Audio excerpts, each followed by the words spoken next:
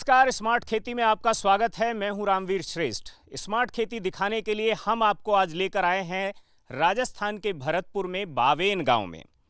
और यहां पर हम आपको एक ऐसे किसान की कहानी आज दिखाने और बताने जा रहे हैं जिस किसान के पास न तो बिजली थी और ना पानी था। पानी भी था तो कड़वा पानी था।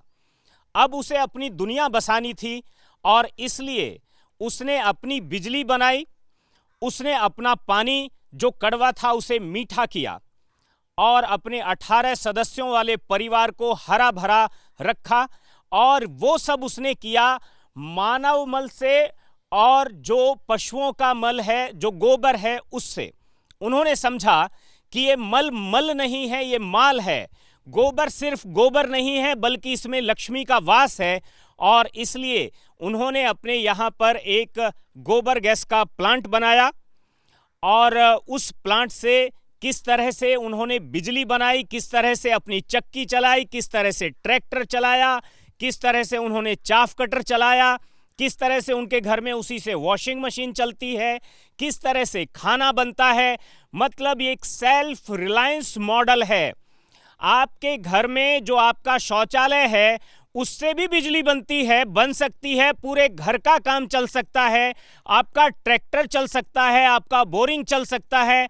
ये सब कैसे होता है, इसकी टेक्निक क्या है, ये इनोवेशन हम समझने की कोशिश करेंगे।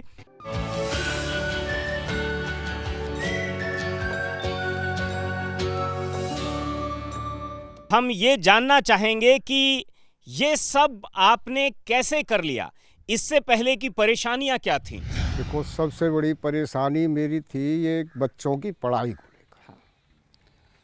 पढ़ाई में ऐसा लाइट नहीं थी। गांव में लाइट थी तो सब ये डेग बैग, ये टीवी और घनी आबादी के प्रदूषण की वजह से बच्चों की पढ़ाई में डिफेक्ट आ रहा था।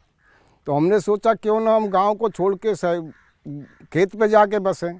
अब खेत पे यहाँ बिजली का, लाइट का कोई प्रबंध नहीं था और जीते का प्रबंध नहीं था। तो हमने ये गांव में भाग दौड़ की, जहाँ कुम्हेर हमारे पावर हाउस, बिजली का कोई हमारा सिस्टम नहीं बैठा। 1-2 साल हम परेशान रहे। एक दिन ऐसा समय था, ये हमारे यहाँ DRMR भरतपुर सेवर अनुसंधान केंद्र है, वहाँ से कुछ डॉक्टरों की टीम, वैज्ञानिकों की हमारे गांव में आई हुई थी। उन्होंने कहा कि भाई किसी को कोई परेशानी हो तो और पूछो। तो मैं परेशान था, मैंने कहा मेरी परेशानी का समाधान है कोई? बोला है। तो उन्होंने हाँ किया। मैं फिर उनके पास गया, जाके उनसे बात की तो उन्होंने नंबर दिया डॉक्टर श्री JP दवास, दिल्ली से। मैंने उनसे फ़ोन लगाया। पहली बार में ही उन्होंने फ़ोन अटेंड किया और मुझे रास्ता बताया कि पशु कितने हैं। मैंने के हिसाब पशु मेरे पास 20-25 गौ वंश हैं। बोला आपको लाइट किसी को न मिले, आपको लाइट मिलेगी। तो उन्होंने हमें ये तकनीकी बताई, बायोगैस का टैंक बनवाओ। तो मुझे केवल लाइट की ज़रूरत थी, मेरे बच्चों को उजाला मिल जाए, शांति से पढ़ सकें, कुछ बन सकें। मेरे पास 7 पोती थी, 4 पोते थे, उनकी पढ़ाई को लेके परेशान था। तो ये समस्या का समाधान डॉक्टर दवास जी ने हमारा किया। जो मिस्त्री थे वो बना रहे थे, उनसे मैंने तकनीकी पूछी भाई इससे क्या क्या हो सकता है क्या। तो उन्होंने कहा इससे इंजन चल सकता है। जब इंजन चल रहा है तो मेरा बच्चा है, पढ़ा लिखा है, ग्रेजुएट है, बड़ा है, उसने उस पर ऑल्टरनेटर लगाया। ऑल्टरनेटर लगाने के बाद बिजली तैयार हो गई। अब हम बिजली मिल गई हमें, तो फिर हम तो बड़े खुश हुए। टैंक भर के तैयार किया। 2 दिन बाद हमने उसका बाल खोल के देखा तो उसमें से गैस निकली। उसके बाद इन बच्चों ने उसमें पाइप लगा के और वो दूर ले जाके उसको आग दिखाई तो वो बहुत ऊंची आग निकली उसमें से। तो ये मानो खुशी का मैं वर्णन नहीं कर सकता। तो हमने उस पर सबसे पहले हलवा बनाया, दूध गर्म किया। गाय दूध देती हैं, हमारे यहाँ गाय हैं। तो दूध हलवा का नाश्ता करके जब हमने साहब से फ़ोन किया कि हमारा टैंक चालू है, इंजन के ऊपर हमने ये रिसर्च किया। इन बच्चे पढ़े लिखे, मैं तो अनपढ़ हूँ। इन्होंने रिसर्च करके आज इंजन में ये ऑल्टरनेटर लगा के लाइट का पूरा, आप देखो आटा चक्की है, चारा कुट्टी है, समरसेबल है, खाद बोनस में मिल रहा है, सिलेंडर की कोई ज़रूरत नहीं है, 24 घंटे हमें गैस उपलब्ध है, कभी भी चला सकते हो। बिजली की हम जब ज़रूरत है, जब हैंडल लगा दो इंजन में तभी बिजली लो। देखिए सामने शौचालय है, उसी के बाजू में गोबर गैस प्लांट है और ये पाइप वहाँ से आ रहा है, ये आप देख रहे होंगे। यहाँ पर एक वाल्व लगा हुआ है इसका, जो इसे गैस की सप्लाई देता है, और गैस की सप्लाई देने वाला ये पाइप है जो इसमें लगा दिया गया है। यहाँ पर स्प्रिंग कोट इस तरह से कसा गया है कि रेस इसकी फिक्स रहे। और यहाँ पर ये भी पाइप आप देख रहे हैं, इंजन को पानी की ज़रूरत होती है तो ये कूलर का सामान्य जो मोटर होता है ये यहाँ पर गिरा हुआ है, ये पानी की सप्लाई इंजन को देता है, और जो गर्म पानी है वो यहाँ पर वापस इसी पाइप से आ जाता है। और इस तरह से ये लिस्टर का सामान्य इंजन, जिसकी कीमत 10,000 रुपये के आसपास होती होगी, ये सामान्य इंजन आपकी ट्यूबवेल भी चलाता है, ये चाफ कटर भी चलाता है वहाँ दूर, और ये आटा पीसने की चक्की भी चला कर दिखाएगा, ये ट्रैक्टर भी चलाता है, ये वॉशिंग मशीन भी चलाता है, ये बाकी सारे काम जो घर के हैं वो होते हैं। मतलब ये एनर्जी का एक सेल्फ रिलायंस मॉडल है। हिंदुस्तान में करीब आप देखेंगे, समझेंगे, रिकॉर्ड में देखेंगे तो 40 लाख के आसपास गोबर गैस प्लांट हैं। उन गोबर गैस प्लांट में से आज अगर वर्किंग कंडीशन में हैं तो वो 1 लाख के आसपास मुश्किल से होंगे। परंतु गोपाल ठाकुर और उनके परिवार जैसे इनोवेटिव लोग कम ही हैं जिन्होंने अपने गोबर को, अपना जो मानव मल है उस सब को भी एनर्जी में कन्वर्ट करके पूरा एक self reliance energy model develop किया है, जिसमें उनके सारे काम उससे होते हैं।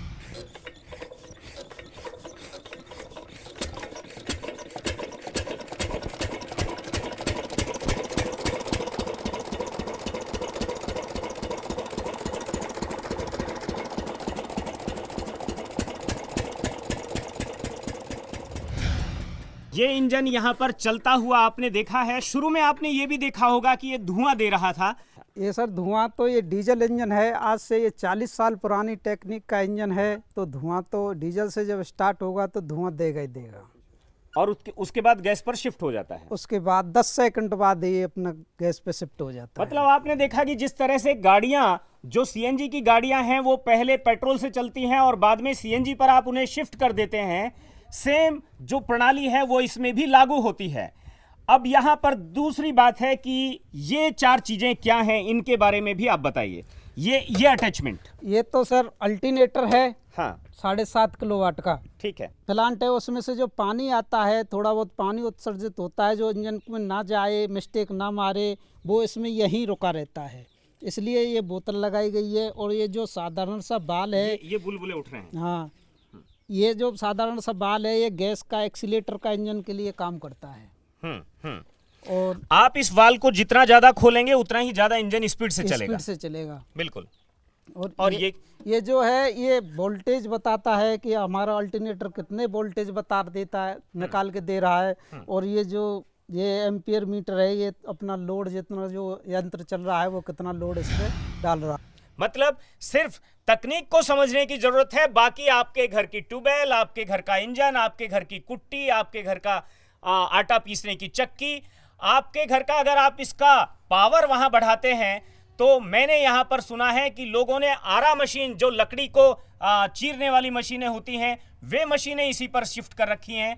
बड़े बड़े काम इस पर चल रहे हैं। तेल निकालने वाला कोल्हू इस पर चलता है।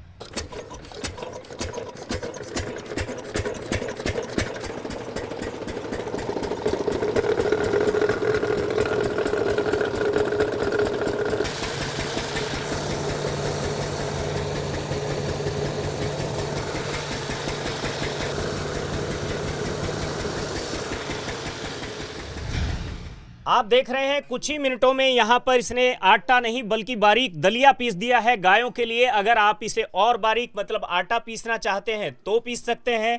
अगर आप यहां कमर्शियल यूनिट लगाना चाहते हैं तो आप ऐसा कर सकते हैं। मजे की बात यह है कि इसका पट्टा तो इस पर चढ़ा हुआ ही है, ये चक्की तो चला ही रहा है, साथ ही ऑल्टरनेटर जो है उसकी दोनों बेल्ट चल रही है, मतलब ऑल्टरनेटर भी साथ साथ चल रहा है। इसका मतलब यह है कि अगर सेम टाइम में आप अगर चाफ कटर चलाना चाहते हैं तो चाफ कटर चला सकते हैं, सेम टाइम में आप अगर वॉशिंग मशीन चलाना चाहते हैं तो वो चला सकते हैं। मतलब बिजली से चलने वाली हर चीज आप सेम टाइम में चला सकते हैं। हम इनसे जानने की कोशिश करेंगे कि ये 1 घंटे में कितना आटा पीस देती है। ये 1 घंटे में 60 किलो आटा पीस देती है, प्रति मिनट 1 किलो। ठाकुर गोपाल जो हैं उन्होंने इन बालकों को खास तौर पर एग्रीकल्चर की स्ट्रीम में पढ़ाई लिखाई के लिए आगे बढ़ाया है ताकि ये इस दिशा में और ज़्यादा ज़मीन से जुड़ सकें।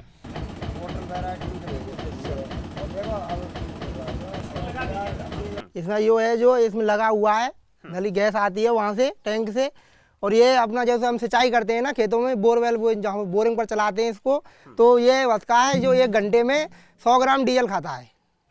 900 ग्राम की बचत हो जाती है 1 घंटे में।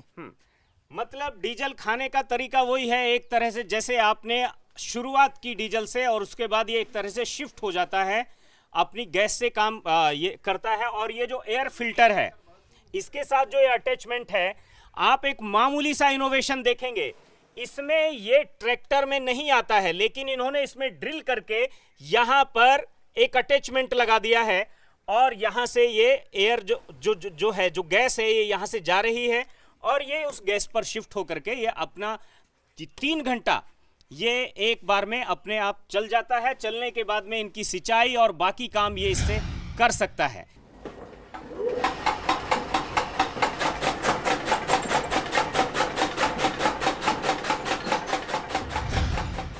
ये चाफ कटर से कुट्टी काटते हुए आपने डेमो अभी देखा।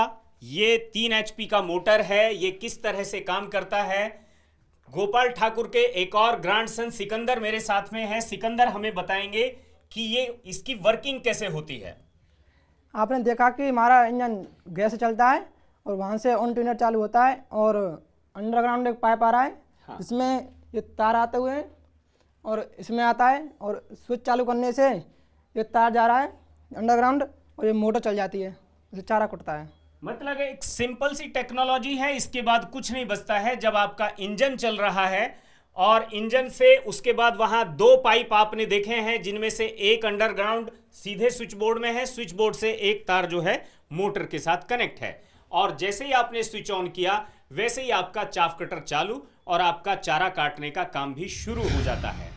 और अब हम किचन में हैं, आप देख रहे हैं यहाँ पर किचन में ये जो बर्नर है, बस इसके एक चीज मैंने जो देखी, इसके जो छेद हैं ये थोड़े से बड़े हैं। आप देख रहे हैं मजे की बात इसमें आप ये देखेंगे कितनी लो है इसके अंदर। मतलब गोपाल ठाकुर ठीक कहते हैं कि जो अगर हम पावर की बात करें, लोड लेने की बात करें, तो जो गोबर गैस की जो एनर्जी है वो गैस जो है उसमें फ्लेम जो है वो बाकी जो गैस है उससे भी ज्यादा है। और ये कितनी देर में खाना बन जाता है इस पर आधे घंटे में खाना बन जाता है सब। अगर हम सब्जी की बात करें तो सब्जी लगभग 1 घंटा, रोटी सब्जी सब 1 घंटा में बन जाएंगी। अगर सिर्फ हरी सब्जी आलू वगैरह उबालना है तो आलू वगैरह 5-6 मिनट में हो जाएगा इस पर, केवल 5-6 मिनट में। क्या बात है। मतलब आप इस चीज को समझ सकते हैं, गोबर गैस कोई नई चीज नहीं है। गोबर गैस का चूल्हा चलाना ये बहुत लोगों ने शुरू किया था, लेकिन उस चीज को सस्टेन करना और उसे इतने सारे एनर्जी के इंस्ट्रूमेंट उससे चलाना, उसको उपयोग में लाना, ये एक बड़ी बात है। आपने देखा कि इससे वॉशिंग मशीन भी चल सकती है। इससे यहाँ समरसिबल का पाइप भी आप देख रहे हैं ये चल रहा है और इससे अम्मा जो हैं यहाँ पर, आपने पहले भी देखा था कि किस तरह से गोबर को इसमें घोल दिया जाता है। और हम इस चीज़ को समझ सकते हैं कि ये जो गोबर यहाँ घुलता है और डाइजेस्टर में जाता है, उसके बाद में स्लैरी के रूप में आगे निकल जाता है, जो सबसे ताकतवर बायोमैन्योर है, एक जैविक खाद है।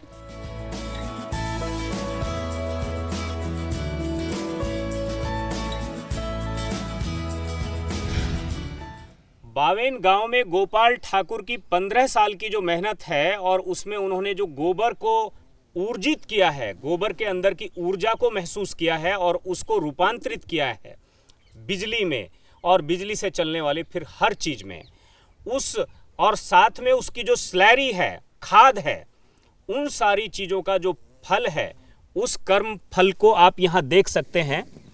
और ये फल जो है बहुत मीठा फल है और शायद इस मिठास का जो संतोष है वो गोपाल ठाकुर के पूरे परिवार के सदस्यों के बीच भी दिखाई देता है। ये छोटी सी बगिया आप देख रहे होंगे, इसमें 66 बेर के पेड़ हैं। एक सीजन में अभी 5 लाख रुपए के आसपास के ये बेर बिके हैं और अभी भी यहाँ पर इतना बेर है कि उसको हम जैसे अतिथि लोग जो हैं वो सब खा रहे हैं, ले जा रहे हैं, सब कुछ चल रहा है। तो हम समझते होंगे कि ये जो गोबर की जो माया है ये कितनी निराली है। यहाँ पर मेरे साथ कुछ किसान बैठे हैं, हम उनसे समझने की कोशिश करेंगे कि क्या उनके यहाँ पर गोबर गैस प्लांट है, अगर है तो उसका क्या फल है, क्या वो गोपाल ठाकुर जी जितनी प्रोडक्टिविटी उससे ले पा रहे हैं। गोपाल जी का तो गांव से नज़दीक खेत था, तो उनने वहाँ आकर के अपनी बसावट करके अपना बायोगैस खेत में लगाया और वहीं बसे। मेरा बड़ा गांव था, गांव में बीच गांव में मकान था, मैं उसको छोड़ के बाहर नहीं जा सकता, तो जगह का अभाव था, इसलिए मैंने उसको गांव में ही घर में ही लगाया और ऐसी बायोगैस बनवाई मैंने। भूमिगत बायोगैस है, उसके ऊपर सारे पशुओं भी बनते हैं, सारा काम होता है। मेरा बायोगैस 6 घन मीटर का है और इतना बढ़िया चल रहा है कि मेरा पूरा परिवार सुखी है। कि जो मैं एक महीने में 2 सिलेंडर, कम से कम 2 या 1.5 सिलेंडर खर्च होता था, वो सिलेंडर मेरा करीब 10 साल हो गए, 8-10 साल से तो बिल्कुल ही कोई सिलेंडर लाने का कोई काम नहीं है। और उसकी जो खाद है उसका आप क्या उपयोग कर रहे हैं? उस सैलरी को मैं मेरे जो खाने का गेहूँ है जो खुद का, तो उसमें डालता हूँ मैं, और कोई भी खाद ऐसा डालता नहीं हूँ उसमें, उस सैलरी को ही डालता हूँ। सैलरी के बाद में, और इतनी हाई उपज होती है, गेहूँ लेते हैं, गेहूँ के बाद में बाजरा लेते हैं, और पशुओं के लिए जो चारा है हमारे जैसे बरसी में ज्वार है उसमें भी डालते हैं, और खाना भी इतना टेस्ट है उसका, जो गेहूँ है उससे जो निकलता है गेहूँ बाजरा, बिल्कुल देसी मीठा और बिल्कुल मुलायम नरम। गोबर प्लांट मेरे नहीं लगवाया है साहब। अच्छा। 5-6 साल पहले हम पूसा फार्म पे मेला था, वहाँ गए से भाई साहब हरवंश सिंह जी दौड़दा वाले, उनके साथ गए हम। काफ़ी किसान गए वहाँ मेला में, हमें देखा, सब कुछ जानकारी वहाँ से हमें प्राप्त हुई और हमने भी चाहा कि हम गोबर गैस प्लांट लगवा लें। आज खेती बड़ी महंगी होती जा रही है, ऐसी स्थिति में किसान की लागत कम करने और किसान को आत्मनिर्भर बनाने और देश को आत्मनिर्भर बनाने के लिए बहुत ही आवश्यक है कि किसान की लागत कम की जाए। उसमें ये गोबर गैस प्लांट की जो स्थापना है ये बहुत ही आवश्यक है। आप अपने यहाँ भी करने जा रहे हैं? हाँ बिल्कुल, मेरा प्लान है। अब तक मैं इसलिए नहीं लगवा पाया कि मेरा गांव में बीच गांव में मकान था, पशु बांधने की वहाँ बढ़िया व्यवस्था नहीं थी। क्या किसानों के साथ ये समस्या है कि वो गांव में अपने घर पर गोबर गैस लगाना चाहते हैं, जबकि गोबर गैस को खेत पर होना चाहिए शायद? हाँ बिल्कुल, खेत पे होना चाहिए, और मैं भी उस दिशा में यही कदम उठा रहा हूँ। मैं अपने खेत में ही मकान बनवा रहा हूँ और उसी स्थिति में पशु रख करके मैं, और वहाँ पर जल्दी ही मैं गोबर गैस प्लांट लगाना चाहता हूँ, क्योंकि आज जिस तरह से बीमारियाँ पैदा हो रही हैं इंसानों के अंदर, तमाम तरह की बीमारियाँ, उसकी रोकथाम के लिए भी और जैविक खेती, प्राकृतिक खेती को बढ़ावा देने के लिए भी गोबर गैस प्लांट की स्थापना बहुत ही आवश्यक है। बिल्कुल। एक बात तो निश्चित तौर पर समझ में आती है कि अगर आप किसी गांव को जैविक गांव में तब्दील करना चाहते हैं तो ये गोबर गैस प्लांट उसके लिए बहुत ही मददगार और रामबाण साबित हो सकते हैं। अगर आप एक गांव में 20-20 क्यूबिक मीटर के अगर 100 एकड़ पर एक भी लगाते हैं तो जो भी 10 से लेकर के 15-20 गोबर गैस प्लांट कुल मिलाकर लगेंगे और वो गांव पूरी तरह से गोबर गैस, पूरी तरह से जैविक ग्राम में कन्वर्ट हो जाएगा। इतना ही नहीं, उस गांव में ऊर्जा जितनी डेवलप होगी, विकसित होगी, आप ये भी समझ सकते हैं देखकर कि आप बिजली की कितनी बचत कर सकते हैं। साथ के साथ उस गांव के अंदर आप स्वच्छता का कंप्लीट मॉडल दे सकते हैं, क्योंकि कहीं भी आपको सड़क पर कूड़ा करकट, गोबर और ये सब चीजें आपको नहीं दिखाई देंगी, क्योंकि सब तो गोबर गैस प्लांट के अंदर चली जाएंगी। गोबर गैस प्लांट की तकनीक भारत में चाइना से पहले शुरू हुई, अच्छे मॉडल बनने शुरू हुए, परंतु रिपोर्ट्स ये कहती हैं कि इस मामले को चीन ने बहुत तेजी से इस तकनीक को लपका और उसने इसकी जो इफेक्टिविटी है, इसका जो प्रभाव है, वो ज़्यादा से ज़्यादा इसका उपयोग लेने के लिए उसने उसे खेतों पर इंस्टॉल किया और उसके वो बेहतर उपयोग और बेहतर रिजल्ट ले रहा है वहां के किसानों के जरिए। आप देख रहे हैं बेर के पेड़ जोरदार फलों से लदे हुए हैं और जो फलों की क्वालिटी है, और हमने इसे खाकर देखा है, हमने बेर जरूर खाए हैं लेकिन इतने मीठे बेर शायद नहीं खाए हैं। इसलिए मैंने बताया कि मात्र 66 पेड़ों से अभी तक 5 लाख रुपए के आसपास तक के बेर बिक चुके हैं। बेर अभी भी लदा हुआ है। यहाँ पर गुड्डू हैं जो इन बेरों की देखरेख करते हैं। गुड्डू, आप हमें ये बताइए कि ये बेर जब आपने इनमें गोबर गैस की स्लैरी नहीं डालनी शुरू की थी तब इनकी क्वालिटी कैसी थी और उत्पादन कितना था और अभी कैसा है? इसमें सर ऐसा हुआ जब तक कि हमारे पास सैलरी नहीं थी, इसकी एकदम क्वालिटी डाउन हो गई थी। 10-15 साल हो गए पेड़ को लगाए हुए, तो हमने वैज्ञानिक हैं इनसे बात करी जो कृषि विज्ञान केंद्र में जा कर के, उन्होंने कहा कि भाई इनकी उम्र तो पूरी हो चुकी, ये इतना ही पेड़ चलता है। जब हमने ये गोबर गैस का प्लांट लगवाया, इसकी जो सैलरी हम डालने लगे इसमें, तो इसमें सर एकदम धीरे धीरे इतना सुधार आया कि इतनी गजब की क्वालिटी हो गई और इतना उत्पादन बढ़ा के बड़े बड़े डुग्गे जो इतने मजबूत डुग्गे थे वो भी फल के मारे डुग्गे भी पड़ जाते थे और अच्छा उत्पादन हुआ और दूना दून का फर्क आ गया जब से उसमें, और पेड़ों में दोबारा से एकदम जवानी लौट आई इनमें। गोपाल ठाकुर इस मामले में एक नज़ीर हैं और नसीहत भी हैं उन तमाम किसानों के लिए, उन तमाम देशवासियों के लिए जो अपने बायोमास का, अपने गोबर का, अपने जो घर में जितना भी बायो वेस्ट पैदा होता है उसका प्रॉपरली यूज नहीं कर पा रहे हैं। 8 वर्ष में जो हमारे गोबर गैस प्लांट बनने की संभावना है वो 1 करोड़ 20 लाख की है, जो कि हमने असेस की थी लगभग 1970 और 80 के दशक में। और उसके बाद में पशुओं की संख्या बढ़ी है। इसके साथ साथ में पशुओं के अलावा जितनी भी फूड प्रोसेसिंग बेस्ड इंडस्ट्री है उससे भी बायोगैस से लिंक कर सकते हैं। इसके साथ साथ में जितने भी शहर हैं, टाउन हैं या छोटे कस्बे हैं, उन सभी कस्बों में जो बायोगैस जनरेट होता है खासकर सब्जी मंडियों से, उसको भी अगर हम प्रोसेसिंग करें तो काफ़ी मात्रा में खाद और गैस पैदा कर सकते हैं। और ये खाद और गैस हमारे देश में जो इंपोर्ट हो रहे हैं, खाद या गैस इंपोर्ट हो रही है, उसका एक सब्स्टिट्यूट हो सकती है, यानी कि देश को स्वावलंबन की तरफ आगे ले जा सकती है। मैं तो उम्मीद करता हूं कि जितने भी हमारे जनप्रतिनिधि हैं, जो आदर्श गांव योजना है उसमें आदर्श गांव वही माना जाना चाहिए जहां पे गीले कचरे का प्रबंध करते हुए गैस की सप्लाई गीले कचरे के माध्यम से हो और गीले कचरे से जो खाद बने वो वहाँ के खेतों के लिए खाद बने, तो उसी गांव को हम आदर्श गांव कहें। ये इस परिभाषा के अंदर आना बहुत ज़रूरी है और ये एक ऐसी तकनीक है जो देश को स्वावलंबी बनाएगी, जो देश को, जो हमारी मिट्टी है उसके स्वास्थ्य को सुधारेगी और जो टिकाऊ विकास है खेती का उसके अंदर एक अहम योगदान दे सकती है, क्योंकि इससे जो खाद मिलता है उसमें वो सभी के सभी पोषक तत्व मौजूद हैं जो किसी भी फसल को चाहिए। और इन पोषक तत्वों की संख्या लगभग 17 है और ये संतुलित मात्रा में उपलब्ध होने के कारण फसल में बीमारी भी कम आती है, फसल में कीड़ा भी कम लगता है, फसल में खरपतवार भी कम होते हैं और मिट्टी की जल धारण क्षमता बढ़ने की वजह से पानी की भी बचत होती है। तो एक किस्म से किसान की लागत कम, उत्पादन अधिक और उत्पाद की गुणवत्ता बेहतर होती है। गोबर का अगर सदुपयोग हम करें, ये किसान के ही हाथ की बात है, इसमें कोई कुछ नहीं कर सकता। ये साइंटिस्ट से रास्ता बता सकते हैं, करना हम नहीं पड़ेगा। एक नए पैसे की लागत नहीं है। अगर जिसके पास पशु है और जमीन है वो घर का राजा है। बायोगैस बाप लगाए, बेटे के बाद पोता चलाए। क्या बात है, मतलब बायोगैस बाप लगाए, बेटे के बाद पोता चलाए। 3 पीढ़ियां, मैंने तो 2 पीढ़ियों की बात की थी।